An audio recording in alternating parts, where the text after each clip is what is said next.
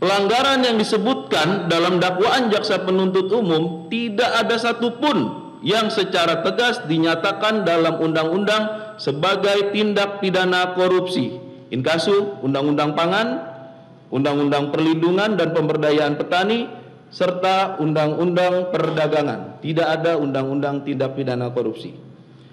Pembatasan pengertian perbuatan melawan hukum dalam pasal 6 huruf C Undang-Undang Pengadilan Tipikor juga sejalan dengan pasal 30 ayat 1 huruf D Undang-Undang Kejaksaan Republik Indonesia yang mengatur kewenangan jaksa dalam penuntutan tindak pidana korupsi.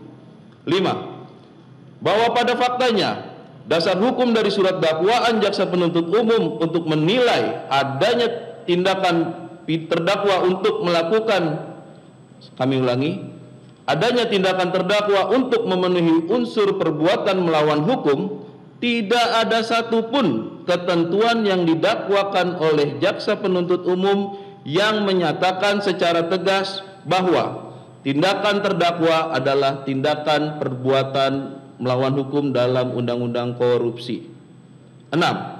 Bahwa apabila benar hasil audit BPKP terkait penghitungan kerugian keuangan negara tertanggal 20 Januari 2025 yang dijadikan dasar penuntut umum untuk menyatakan telah terjadi kerugian keuangan negara, pada faktanya penyidik tidak cukup bukti inkasu perbuatan melawan hukum dalam surat dakwaan jaksa penuntut umum tidak secara tegas menyatakan sebagai tindak pidana korupsi, di mana terhadap hal demikian menurut pasal 6 huruf C Undang-Undang Pengadilan Tipikor junto pasal 14 Undang-Undang Tipikor, maka seharusnya penyidik segera menyerahkan berkas perkara kepada jaksa pengacara negara untuk dilakukan gugatan perdata sebagaimana tercantum dalam pasal 32 Undang-Undang Tipikor. 7. Bahwa tindakan terdakwa menerbitkan persetujuan impor dalam perkara akuo dilakukan oleh terdakwa dalam kapasitasnya sebagai Menteri Perdagangan yang dalam kewenangannya diatur secara khusus dalam Undang-Undang Kementerian Negara dan Undang-Undang Administrasi Pemerintahan. 8. Bahwa sesuai dengan Undang-Undang Administrasi Pemerintahan yang dapat dipermasalahkan terhadap pejabat pemerintah atau pejabat tata usaha negara yang dalam perkara akuo terdakwa adalah sebagai Menteri Perdagangan dalam hal menjalankan kewenangannya, apakah telah terjadi melampaui wewenang, mencampur adukan wewenang dan atau bertindak sewenang-wenang secara melawan hukum sebagaimana diatur dalam pasal 17 dan pasal 18 Undang-Undang Administrasi Pemerintahan. 9. Bahwa yang berwenang menguji pelaksanaan kewenangan pejabat pemerintah dalam hal ini Menteri Perdagangan adalah Pengadilan Tata Usaha Negara sebagaimana diatur dalam Undang-Undang Peradilan Tata Usaha Negara.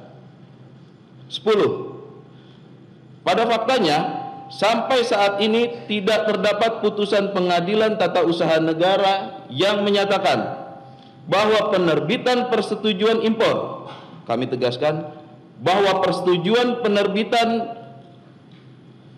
impor yang dilakukan oleh terdakwa dalam perkara akuo terdapat pelanggaran mengenai kewenangan tentang penerbitan keputusan pejabat tata usaha negara sebagaimana diatur dalam pasal 17 dan pasal 18 Undang-Undang Administrasi Pemerintahan.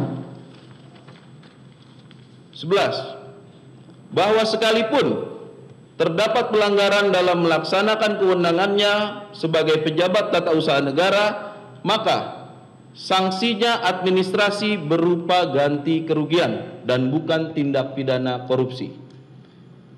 Bahwa berdasarkan hal-hal tersebut di atas, maka Pengadilan Tindak Pidana Korupsi pada Pengadilan Negeri Jakarta Pusat tidak berwenang secara absolut untuk memeriksa, mengadili pokok perkara akuo, serta sudah sepatutnya demi hukum menyatakan surat dakwaan jaksa penuntut umum tidak dapat diterima. Dilanjutkan. Kami lanjutkan Majelis Hakim.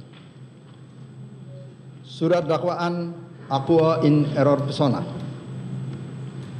bahwa dalam menguraikan peristiwa melawan hukum, menyalahgunakan wewenang dan terkait kerugian keuangan negara dalam surat dakwaannya jaksa penuntut umum hanya menguraikan perbuatan-perbuatan yang pada faktanya tidak dilakukan oleh terdakwa Thomas Trikasih Lembong.